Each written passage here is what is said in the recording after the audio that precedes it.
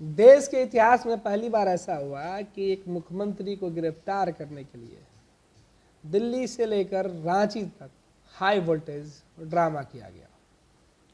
लेकिन अब इस पूरे मामले पर सोशल मीडिया पर कई तरीके के सवाल उठ रहे हैं। ईडी ने एक मुख्यमंत्री को गिरफ्तार किया, हालांकि वो इस्तीफा दे दिए, लेकिन दबिश इस कदर पड़ी कि सोशल मीडिया पर अब लोग कह रहे हैं कि क्या सच में न्यायपालिका, कार्यपालिका, विधायिका ठीक ठाक है। सोशल मीडिया पर तरह तरह की बातें की जा रही है। कुछ बातों को लेकर हम चर्चा कर लेते हैं कि आज जो है सबसे ज़्यादा सोशल मीडिया पर जो ट्रेंडिंग में है, ऐसी तैसी डेमोक्रेसी बात की जा रही है। ऐसी तैसी डेमोक्रेसी, तो ऐसा यह शब्द अटपटा सा लग रहा है, लेकिन सोशल मीडिया पर जिस तरीके से बॉयकॉट किया जा रहा है, केंद्र सरकार और बीजेपी के खिलाफ लोगों का गुस्सा फूट रहा है। लोग कह रहे हैं कि हेमंत सोरेन की जो गिरफ्तारी है वो पूरी तरीके से, लेकिन हेमंत सोरेन को जज करना थोड़ा सा जल्दीबाजी हो जाएगा, क्योंकि जो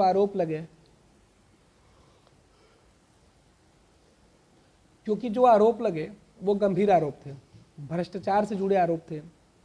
और आदिवासी समाज के नाते हेमंत सोरेन को ऐसा नहीं करना चाहिए था जैसा आरोप उनके ऊपर लगा है।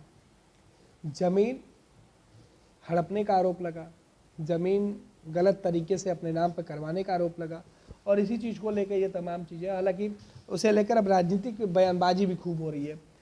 देश के इतिहास में पहले मुख्यमंत्री ऐसे नहीं है जिनके लिए इस तरीके की बातें की जा रही है।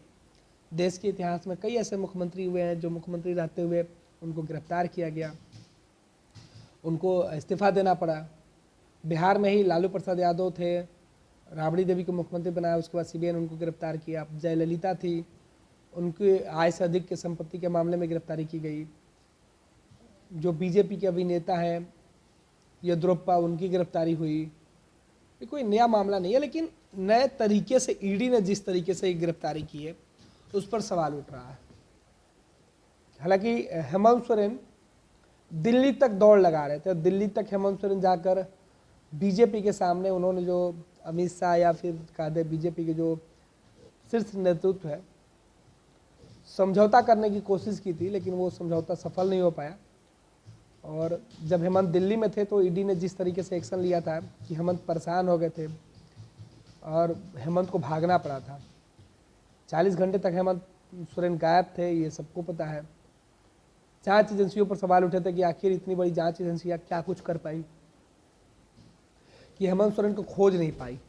और हेमंत वापस रांची आ गए और उन्होंने पूरी प्लानिंग कर ली कि उनकी गिरफ्तारी के बाद उनकी सरकार कैसे चलेगी, उनकी गैर मौजूदगी में उनकी पार्टी कैसे चलेगी।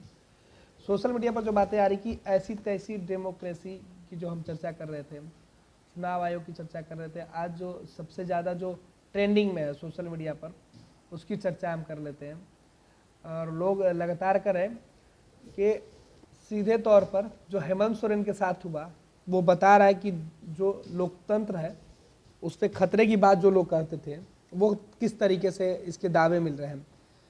हेमंत सोरेन ने अपना इस्तीफा दे दिया। हेमंत सोरेन के इस्तीफे के बाद उनको गिरफ्तार कर लिया गया, और आधिकारिक जानकारी भी झारखंड के राज्यपाल ने उस वक्त दी जब हेमंत सोरेन ने अपना इस्तीफा दिया और गिरफ्तारी की उन्होंने सूचना दी। हेमंत सोरेन को लेकर सोशल मीडिया पर जो बातें लिखी जा रही है, जो कही जा रही है, उसकी हम चर्चा कर लेते हैं। कहा जा रहा है कि एक तरफ चंडीगढ़ में मेयर चुनाव वाली घटना, दूसरी तरफ हेमंत सोरेन की गिरफ्तारी। अब यह स्पष्ट हो चुका है कि लोकतंत्र और अब जोकतंत्र बन चुका है। ऐसी तैसी डेमोक्रेसी, ये सीधे तौर पे तमाम जो लोग हैं वो सवाल उठा रहे हैं और हेमंत सोरेन की तस्वीरें डाल रहे हैं, कह रहे हैं कि हेमंत सोरेन के साथ गलत हो रहा है, केंद्र सरकार के इशारे पर हो रहा है, बीजेपी करा रही है, लोकतंत्र नाम की कोई चीज़ बची नहीं है। इस तरीके से चर्चा की जा रही है और आगे भी कई तरीके की बातें लिखी जा रही है, अलग अलग लोगों के लिए अलग अलग तस्वीरें डालकर। लोकतंत्र में मीडिया चौथा स्तंभ होता है। इस फोटो में देखिए मीडिया भी पार्टी के साथ बैठी हुई दिखाई पड़ रही है, पार्टी नेताओं के साथ।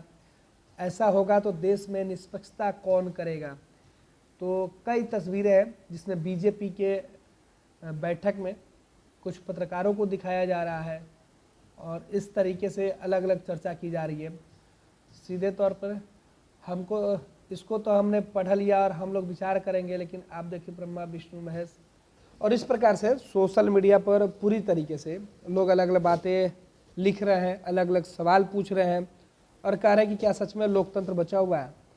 ये इसलिए हो रहा है कि जिस तरीके से पहले बिहार में जो राजनीतिक दबाव था वो नीतीश कुमार के ऊपर पड़ा, फिर नीतीश कुमार ने फैसला लिया 2022 में, जो 17-18 महीने पहले जब एक वक्त नीतीश कुमार बीजेपी को छोड़ के आए थे, बीजेपी को कोस के आए थे और लगातार कोस रहे थे, वो फिर बीजेपी के साथ मिलकर सरकार बना लिए।